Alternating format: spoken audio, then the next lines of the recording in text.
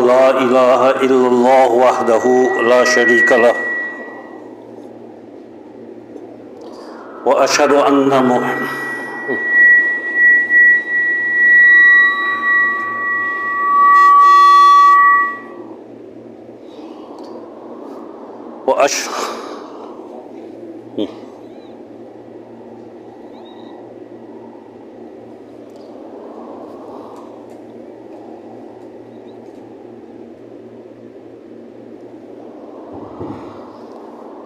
أشهد أن لا إله إلا الله وحده لا شريك له وأشهد أن محمدًا عبده ورسوله أما بعد أعوذ بالله من الشيطان الرجيم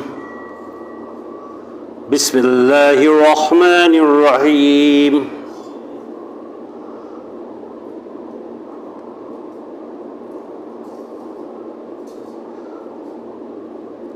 شهر رمضان الذي أنزل فيه القرآن هدى للناس وبينات من الهدى والفرقان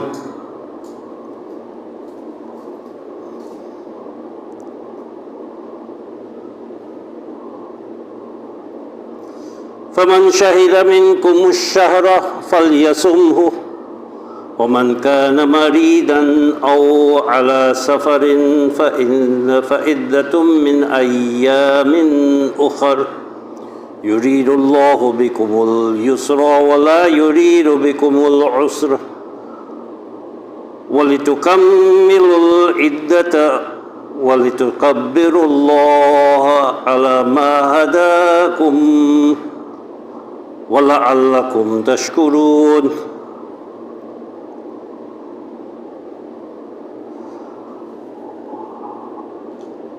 I bear witness that without Allah there is no God. I bear witness to the Prophet Muhammad sallallahu alaihi wasallam. May the peace and blessings of Allah be upon him, is the last, the final messenger of Allah, after whom no prophet, old or new, will come. And I begin in the name of Allah, the Beneficent, the Merciful. Before delivering today's khutbah, I've been asked to make a brief comment on the situation in Palestine. And there's just 3 points I would like to bring to your attention. First of all, Gaza is not Palestine, this is only part of Palestine. Palestine was originally the entire area that now includes Israel and Palestine, parts of Jordan, and in 1948, certain terrorists against the British were handed over a portion of territory with the understanding that there will be two states, one called Palestine and one called Israel. Those who had been terrorizing the British and now became leaders of Israel didn't support the idea, or did not continue with the plan to have a two-state solution. Of course, there were Muslims also and Arab states that did not accept that partition. But the land space of Palestine is not Gaza alone. That is only a small portion of Palestine, the larger portion being just around Jerusalem, what is known as the West Bank. And that includes Jerusalem and other cities around it. It's a larger portion. But quite a lot of settlements by the citizens of Israel have occupied portions of that. So it's a scattered, dotted area with Israeli settlements in the Muslim areas. The second point is that Muslims tend to regard Palestine, or particularly Jerusalem, as a very sacred place. And the reason for that is because there's a belief that the Prophet Muhammad physically went to Jerusalem, and that's why it's called the Holy City of Jerusalem, Al-Quds. They have also tried to interpret the verse of the Quran dealing with the Miraj in chapter 17 verse 1, that is the location of what is known as the Masjid al-Aqsa. And so they believe that is a very sacred place, that the Prophet Muhammad went there and led all the prophets in prayer. There are 3 points which show that argument is not valid. Firstly, at the time of the Prophet Muhammad, Jerusalem did not exist. It was known as Elia. And the Hadith does use that word, but in the translations they replace the word Elia capital as with Jerusalem, because it refers to what is and had been known before and what is now known as Jerusalem. But Jerusalem was destroyed and there was no mosque or temple there. In fact, there are records that show this was virtually a rubbish heap, and there is still some rubble that is to be found even after the construction of the dome of the mosque and the Masjid al-Aqsa. What we see in pictures of Palestine, of Jerusalem, is a golden dome, and that is not the spot, that is not what is called Masjid al-Aqsa. There's another mosque nearby in the same compound which is called the Masjid al-Aqsa. The Quran speaks about the Masjid al-Aqsa, that its environs around it is blessed. And with the situation we have been seeing throughout the centuries, and particularly nowadays, Jerusalem is certainly not a blessed place.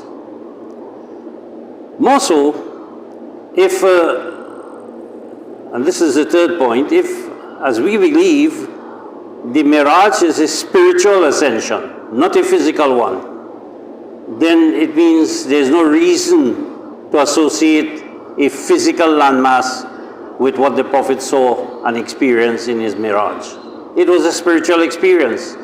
Even if Jerusalem had existed, he did not go there. His presence was not there. It was in his experience, his spiritual experience, his mind, if you want to call it that. He experienced a visit to Jerusalem, but he did not physically go there, and therefore there is no sense of attaching any kind of holiness because of the Prophet Muhammad to the city of Jerusalem. Later on, of course, Jerusalem was occupied by Muslims, and that's a historical event. But the third point that is important to recognize is that the present-day confrontation in the land that is called Israel and Palestine is not a religious issue, or is little of a religious issue between Muslims and Jews. It is even less a political issue, because there seems to be no real movement by the United Nations that had created these two areas to set up a Palestinian state. They have only supported the Israeli state and not this Palestinian one. What therefore is the reason that this war is going on? Many years ago, there was a proposal that was put that was called the Ben Gurion Canal, Ben Gurion being the first Prime Minister of Israel. And that proposal was put to cut a canal for trade from the Israeli port in the Gulf of Aqaba, going to lead into the Red Sea until the Mediterranean Sea. And the reason for that was because most of the trade passages between the East and the West passed through Muslim lands, one exception, of course, being the Panama Canal. But in Turkey, you have all the grain from Ukraine and Russia passes through the Dardanelles, the Bosphorus, the Istanbul, that area of Turkey. And they're in control. The Suez Canal, which is an important waterway and a short route between Europe and Asia, is also controlled by Egypt, a Muslim country. And there's a feeling that when Muslims decide to perhaps close the canal, as it did for one time in Israel, close it for about 8 years, you find that, or control it and limited its passage of, it affects world trade. So this war is really an economic, this is one of the interpretations given, that it is an economic battle. And the reason for that is because in order to The first proposal to build the Ben Gurion Canal on the southern border of Israel was to pass it through the north of Gaza. However, since Hamas was encouraged to build tunnels under the Gaza area, it has now become easier just to blow up those tunnels and you will have virtually a natural waterway. And there's just the rest of the land to be dug on Israeli land, which is sometimes just desert, less occupied places. So that the destruction of Gaza is really part of that plan, so it is believed, to build this canal in order to give Israel and the countries that influence Israel and support them to have an alternative to the Suez Canal, so that if anything happens in the Suez Canal or Muslims act in any particular way, they will have that alternative route. This, therefore, is something that should be considered because it is not put forward, this view is not put forward by many people. In fact, there is a distraction and there is fake news that this is a war between Muslims and Jews and it's a political issue of the state of Palestine and so on.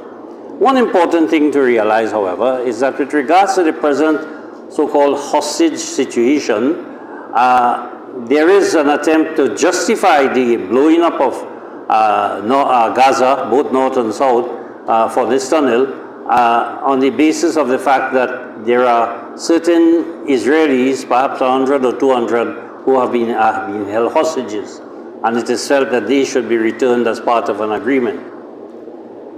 One thing is not part of the agreement, though, is that the 30,000 people that have been killed will not be returned to the people of Gaza.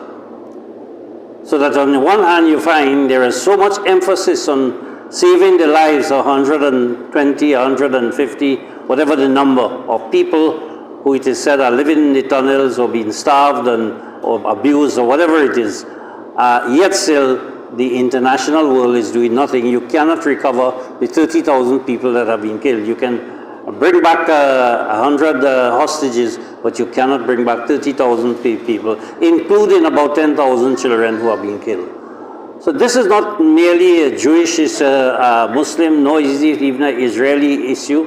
It is an international issue that has been encouraged and the international world is deliberately perhaps taking slow action in trying to resolve this issue and bring about peace. Of course, the Muslim countries have a lot of blame to carry too, because throughout the years they have not insisted and they have a lot of power and a lot of influence, but they have paid little attention to this problem as well. So it is not really a religious issue, it is not even a political issue, it is an economic issue that is being kept in the background. With these few words, I hope people will try to look at this issue in a different way and begin to really realize that a lot of wool is being pulled over our eyes and a lot of fake news is given there, an emphasis on things which are really unnecessary, putting in the background what is the real situation or the actual situation. I have read to you from chapter 2, verse 185, a verse that is well known to us when it comes to the month of Ramadan and fasting.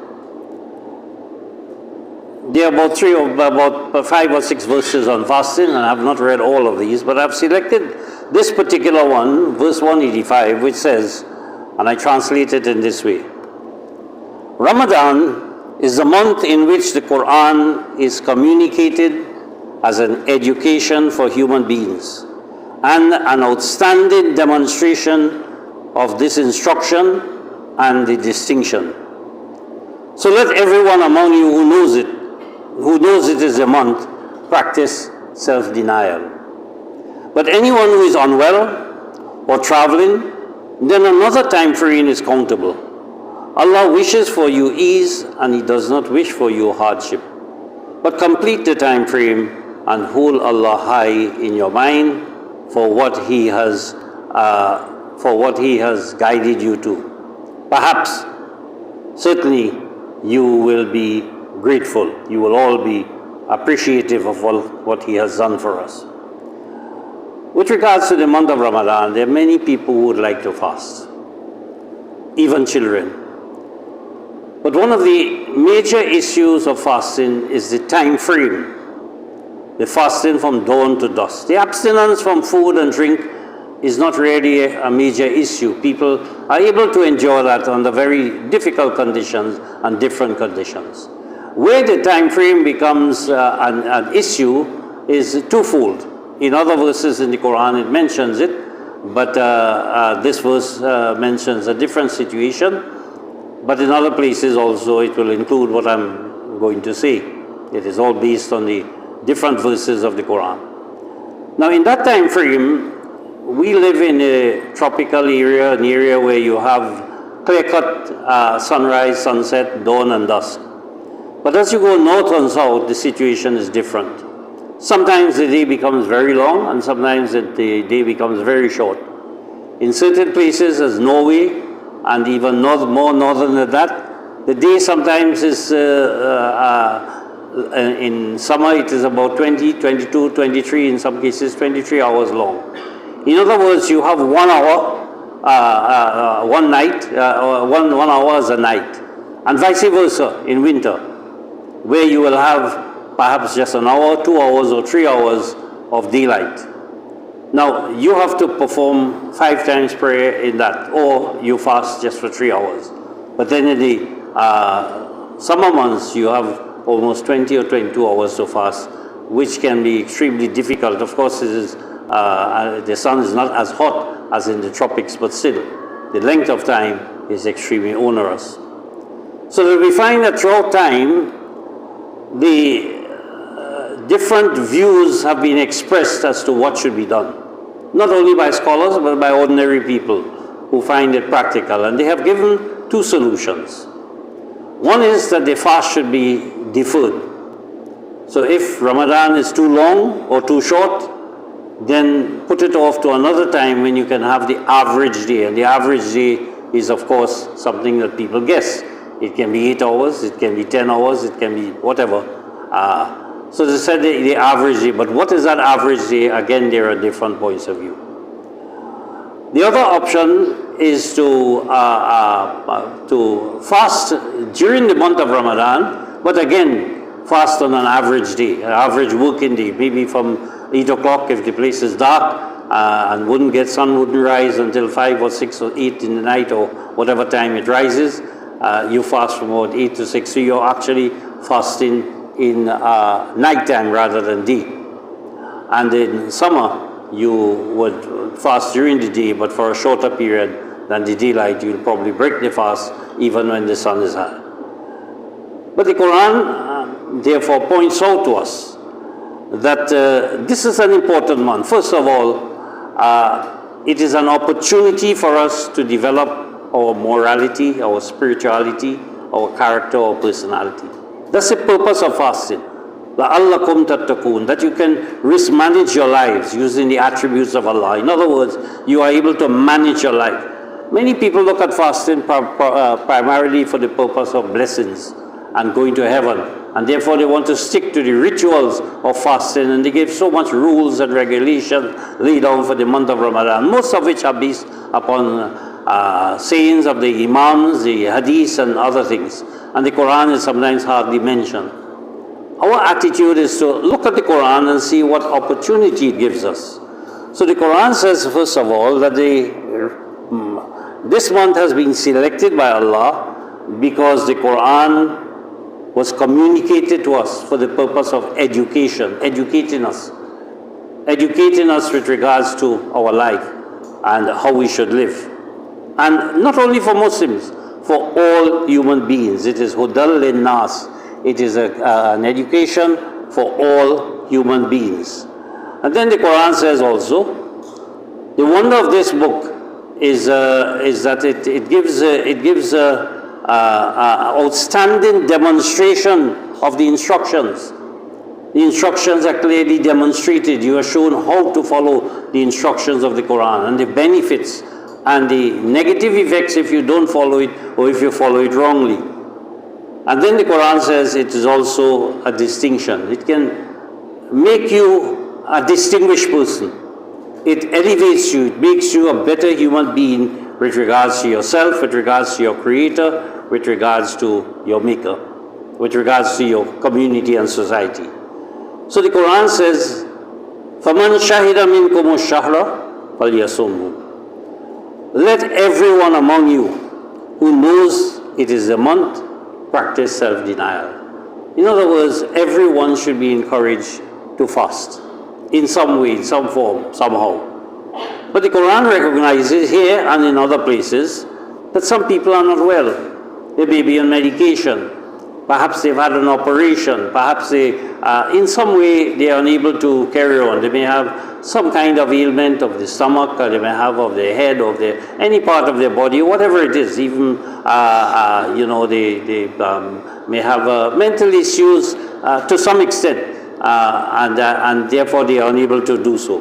The alternative is given that if you cannot fast at all, that if you find it extremely difficult, a person, for example, who has dementia, a person who may have any other disease where they are unable to know what they are doing, you can feed a poor person. And of course, if they don't know what to do, somebody can do it for them. And that's one of the reasons why we have Iftari, because people who are fasting are likened to, they have the experience of what poor people experience. And it gives the opportunity for those who are not fasting and having that experience of what a poor person feels when they are hungry. It gives them the opportunity to be generous by showing within their own community how they can assist the poor and help them with regards to their sustenance. So the Quran says that Allah recognizes that if you are unwell, or perhaps you are traveling and you find that you're either in different time zones or you don't have the proper provisions for meals or so, then you can adjust to suit.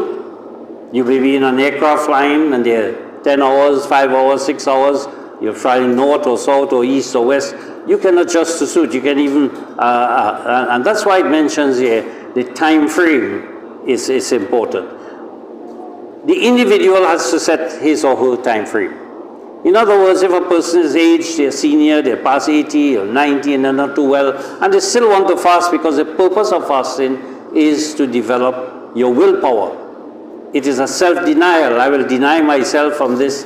They can change that hours to suit themselves. Instead of putting it off to another month, which will be shorter, and a person could put another month shorter where it is only 3 or 4 hours and fast for that. Why not therefore fast in the month of Ramadan? That's why the Quran says, فَلْيَصُمْهُ, that you should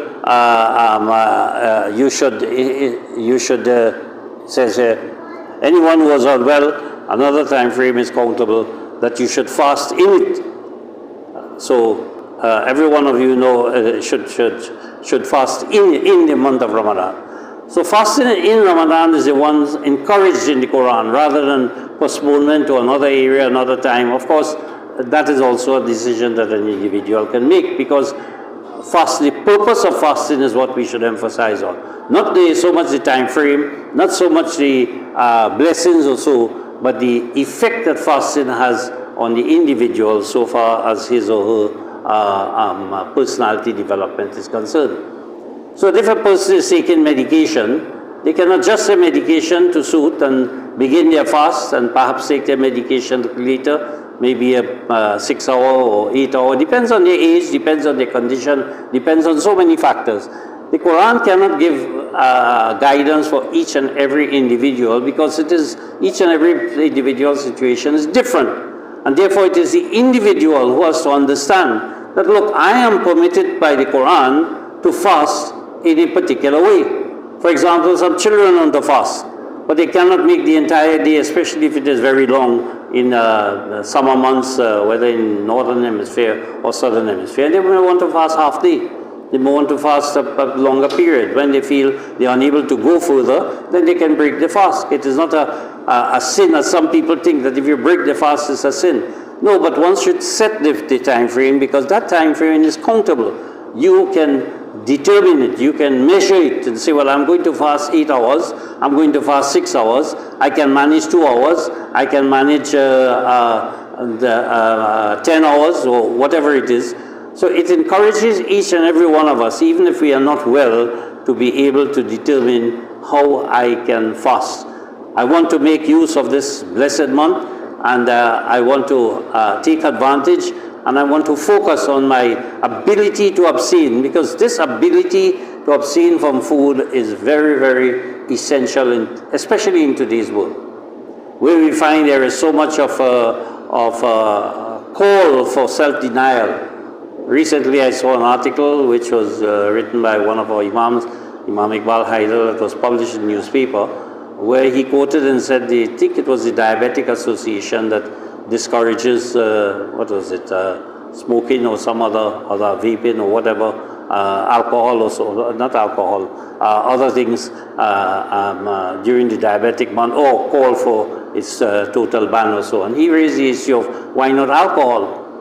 Because people have certain addictions to smoking, to alcohol, to drugs and so on, and they don't know how to deny themselves these things. The addiction is extremely strong, and organizations tend to be selective when they call for self-denial.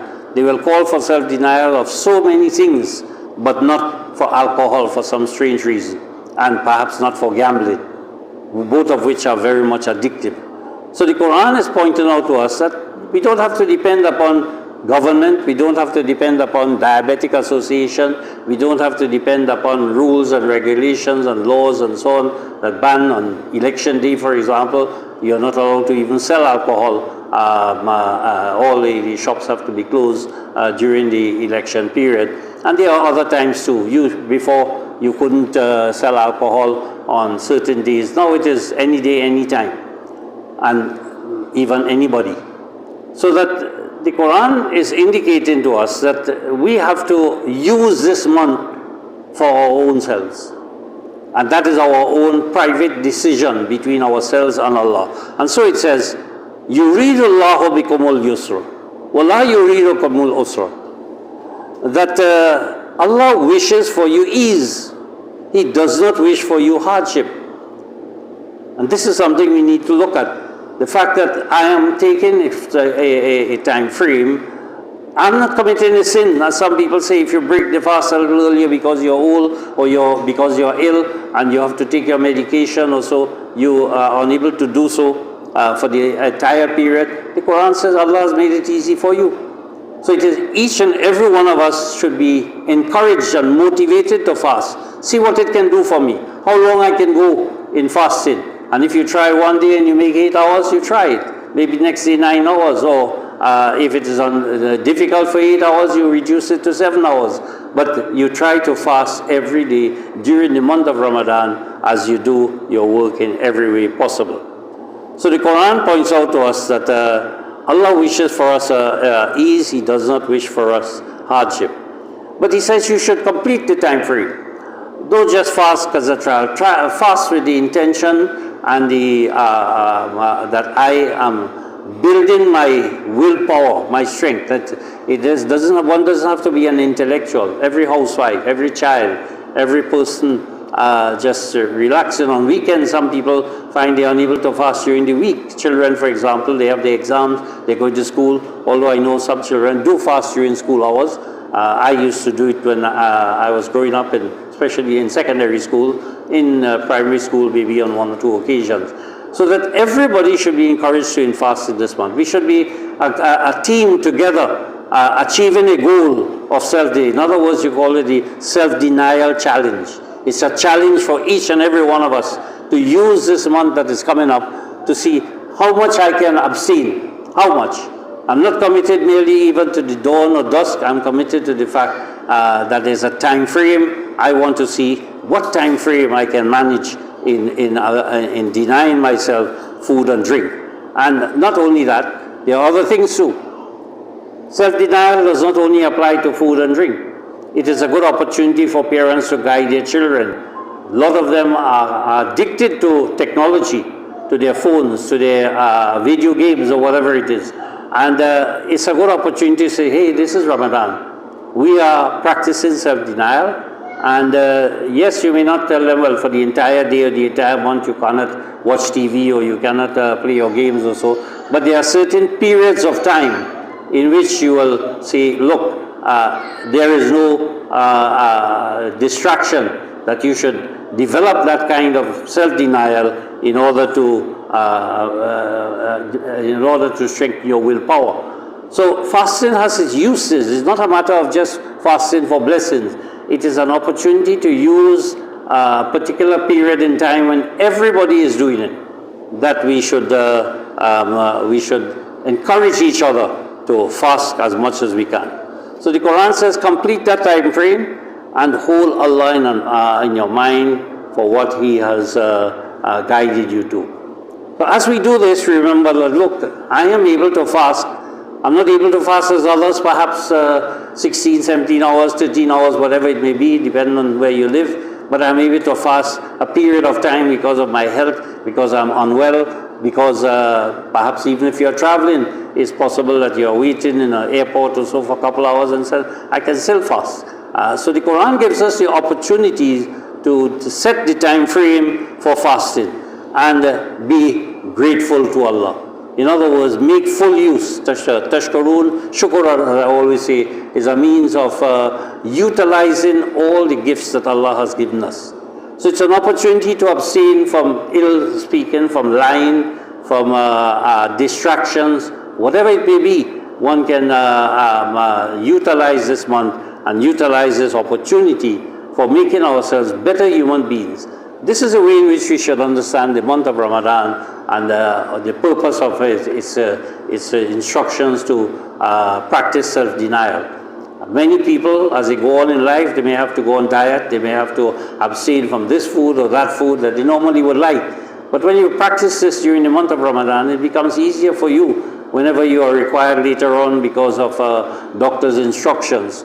Most of the medications that we have, you will see, there's an instruction that said do not use it or abstain from alcohol when you're using this medication, because not only does it affect the medication, but it is very dangerous, because alcohol is itself an intoxicant, is something that is poisonous.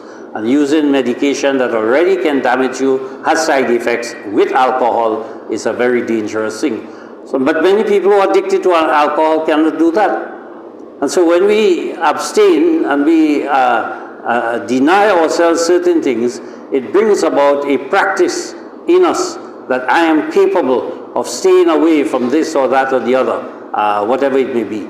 So fasting in the month of Ramadan, as this month is coming up, it is important for us to realize and understand that this is an excellent opportunity for really developing the qualities of Allah within us, of love, forgiveness, self-denial, patience, determination. All of these things are beneficial to us when we fast during the month of Ramadan.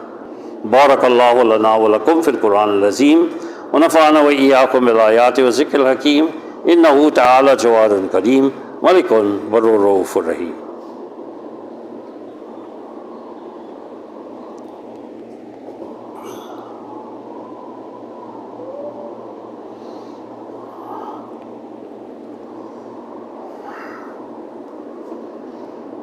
Alhamdulillah, nahmaduhu wa nasta'inuhu wa nastaghfiruhu wa nu'minu bihi wa natawakkalu alayhi wa na'udzu billahi min shururi anfusina wa min sayyiati a'malina may yahdihillahu fala mudilla lahu wa may yudlil fala hadiya lahu wa nashhadu an la ilaha illallah wahdahu la sharika lahu wa nashhadu anna Muhammadan 'abduhu wa rasuluhu.